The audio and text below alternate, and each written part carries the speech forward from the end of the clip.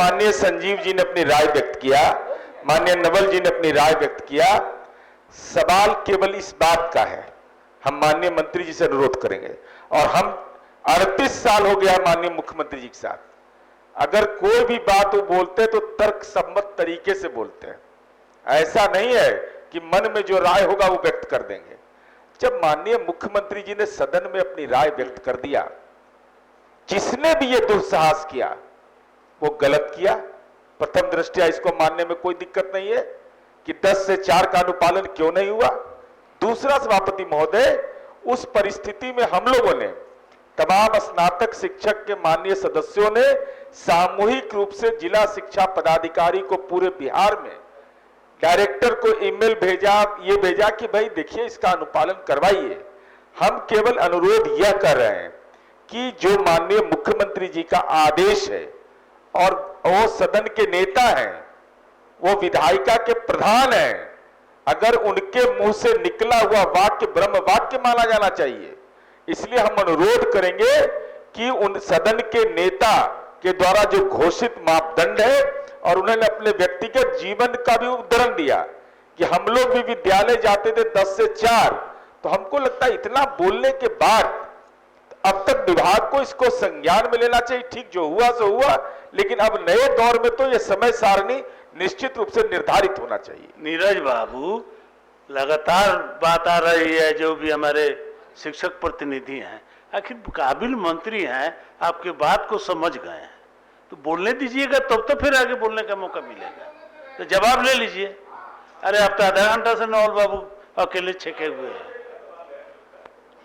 माननीय सभापति महोदय, हमने निश्चित रूप से इस विषय पर पूर्व में जो समय सारणी थी, जो प्राथमिक विद्यालयों का, उसका भी अध्ययन किया और देखा कि 2013 से लेकर के 2021-22 तक 9 से 4 बजे की समय सारणी दी गई थी विभाग के द्वारा।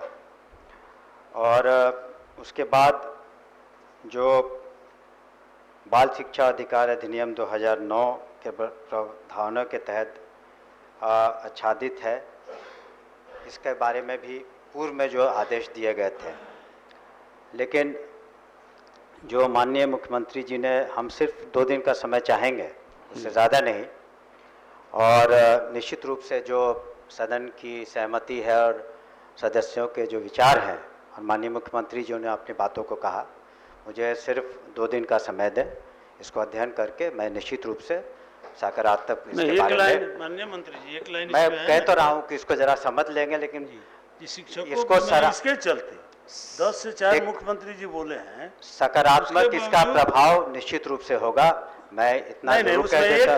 एक लाइन छूट रहा है ना कि घोषित किए जाने के बावजूद भी शिक्षकों के वेतन कटौती, उसका भी मैं निश्चित रूप से देख लूंगा कि अगर कहीं भी शिक्षक के साथ ज्यादती हुई है।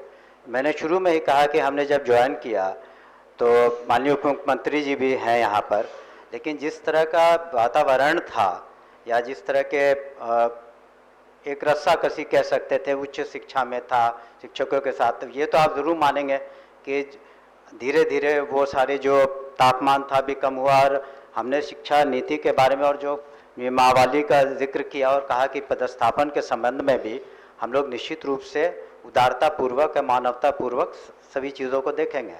तो ये प्रश्न नहीं उठता है कि जब माननीय मुख्यमंत्री जी ने घोषणा की और कुछ बातें जो हम देख लेंगे, और 48 घंटों के अंदर इसको माननीय अध्यक्ष को दोनों का, लेकिन एक उसमें मेरा अनुरोध होगा माननीय सदस्य कि अगर इसमें देखिए एक तरीके किसके के साथ अन्याय हुआ कि न्याय हुआ मुझे नहीं मालूम, तो अगर कोई ऐसे अध्यापक हैं वो अलग से वो पिटीशन दे दें कि कटौती जो हुई है उचित नहीं है, उसका रीज़न देते हुए, तब उसमें निर्णय पर इसको सामूहिक निर्णय ले लेना मुश्किल होगा।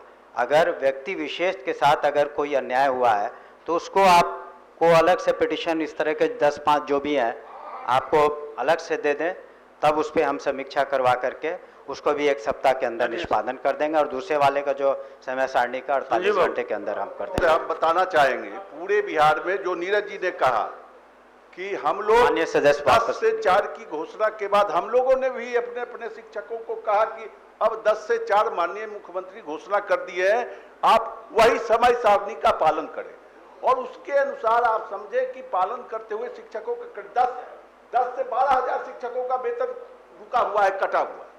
वही दूसरा उस संकल्प का पार्ट भी है कि उसकी एक समीक्षा करके और सबके वेतन निर्गत करने का आदेश है।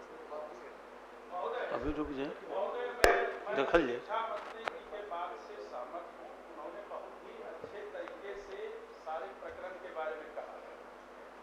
लेकिन मैं भी अपेक्षा रखता हूं मंत्री महोदय से, चूंकि सदन है, जो कि यह काली स्याही के रूप में यह उदाहरण की बात नहीं बने भविष्य में।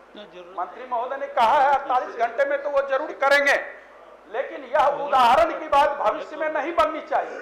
और दूसरी बात, मंत्री महोदय को मैं ऑन रिकॉर्ड कहना चाहता हूं, अभी मुंगेर जिले में राज्य सरकार के सचिवालय और निदेशालय का हवाला दिया जाता है और वेतन रोक दिया जाता है। ऐसे और भी जिले में होते हैं और फिर उगाही की जाती है, तब वेतन भुगतान किया जाता है। तो एक दल के ना है, जाके मिल के बात बता देंगे, वापस लीजिए। आसन से आपने मौका दिया है बोलने का, वापस लेने के पहले कहा 1 मिनट में ही तो सारी बात मैं खत्म कर रहा हूं। आपका 10 मिनट का 1 मिनट होता है ना। मंत्री महोदय के आश्वासन के बाद मैं अपने संकल्प को वापस लेता हूं और सदन की मर्यादा निश्चित रूप से अक्षुण्ण रहेगी। सरकार की साख को कोई प्रभावित नहीं कर सकता। इस आश्वासन के साथ मैं वापस लूंगा। संकल्प व्यापगत हुआ।